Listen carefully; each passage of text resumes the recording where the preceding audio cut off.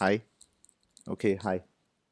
So in this part of the video, we're going to explore handling duplicates, but this time around, we're going to use a different tool, Pandas. So in Pandas, you got to write some code, yeah, in the Python programming language.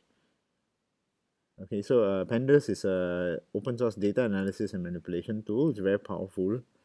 Yeah, it can do a lot of operations such as merging, reshaping, selecting, cleaning, which we are focusing on data wrangling. We will do in the later part. Okay, so here.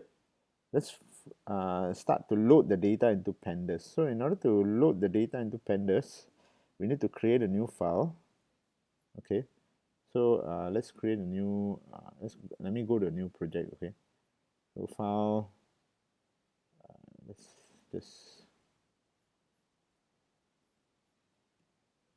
open, create a new folder. Okay, desktop, let me call it a new folder. Let's just create a new folder and then call this job 13 Pandas. Okay, let's create this new folder in our desktop and let's open this. So now when you open this new folder in Pandas, our editor reorganizes itself. Yeah, and then over here we see a plus sign, you see under the Explorer. Let's click this plus sign and then create a test.py. So this will give us a Python file.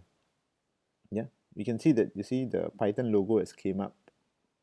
Okay, now we are assuming that you have installed Visual Studio Code and you have installed Pandas already.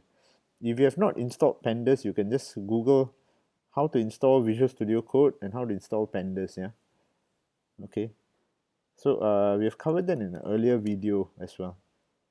Now we're going to import Pandas, this library, as PD. Now if you didn't install Pandas as PD, okay, no, autocorrect is sometimes too intelligent. Whenever you come across this, just press escape and then hit enter. Okay, so sometimes it might keep autocorrecting the word.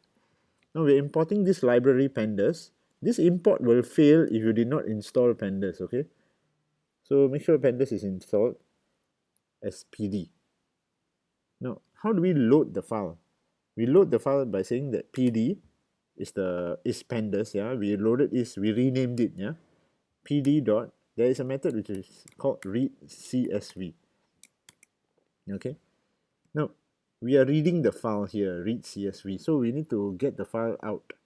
Now, the way we get the file out is we need to specify what we call the path to the file. The path. Now, what is this path? The path is actually this here. So whenever you have a file, I've downloaded the, sorry, no, the Steam dataset or somewhere here. Yeah. So this is where the data is. Yeah. Okay. So I would like to copy this data out. Okay, and then put it on my desktop. Under this new folder I created, just beside this script, I'm going to put this file. Okay, and the second thing I want to do is I want to rename the file. I don't like spaces, so I'm going to take off this number here and I'm going to copy this entire file name. Now, since my data set and my code are in the same folder, I just need to specify the name of the file. Okay, and this should work theoretically.